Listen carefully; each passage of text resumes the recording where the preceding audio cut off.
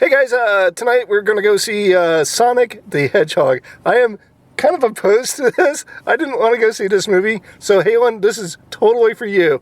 But yeah, I am not alone tonight. I'm actually going with Doom and Kayla. Hold on, we'll get Doom in there. Hi! So, in just a few seconds, guys, I'm going to be right back to let you know how much this movie sucks. Alright, see you, bye!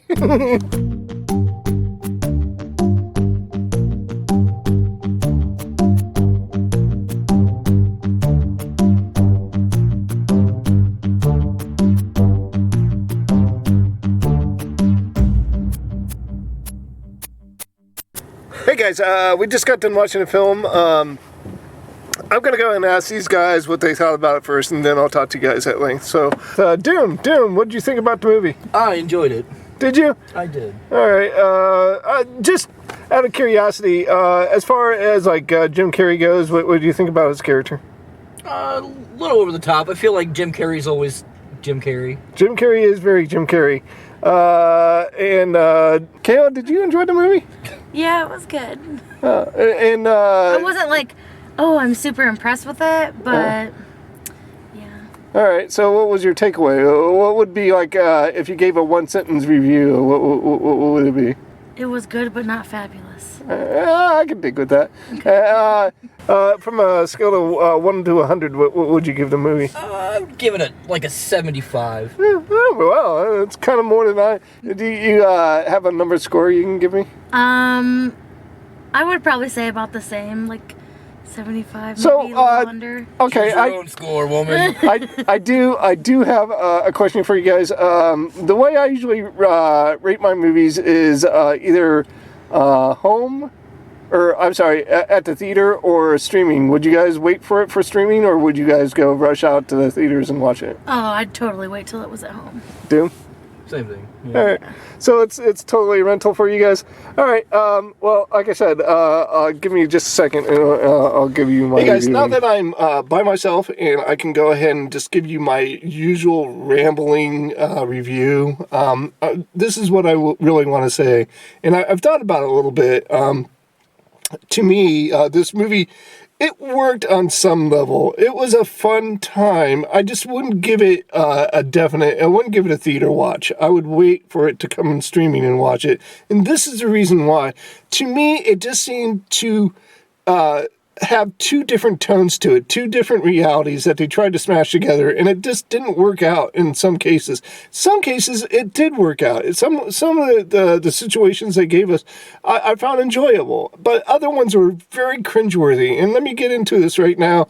Basically, what I saw was the movie starts off in kind of like a video game reality, where we see Sonic being raised by this owl, and because of his power and his speed, there are certain factors,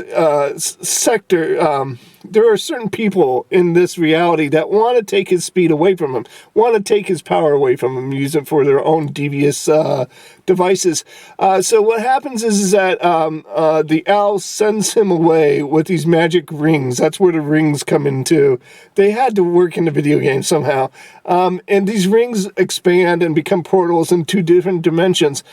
So he's pushed out into the Earth dimension, into a town called Green Hills, which you would recognize from the video games. That's the beginning of our story. And it just seemed like Sonic continued to live in that video game reality. And then we had what was James Marsden's character, and he lived in the Earth reality. And it conflicted throughout the film in various different degrees. There was a whole scene where they go to a bar, and I just found some of the situations that they gave to us kind of forced and very contradictory to each other, and it made it very cringeworthy in parts. I didn't feel that the tones mended together until the very end of that movie, where we got the final action sequences, and I thought those worked really well, but it took us a long time to get there. I also found hard to believe of the motivations of James Marsden's character, who played the sheriff of Green Hills. It just seemed like he was not sold on it, and then automatically he decided he was sold on it.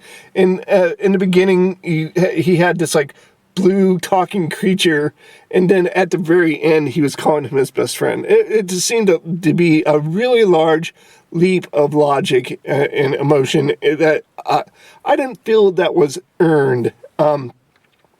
Again, the thing is that this was more of a kids movie, but I've seen kids movies, Toy Story 4 being a perfect example of this, that were written for kids, but also written for adults. This seemed to just be written for kids.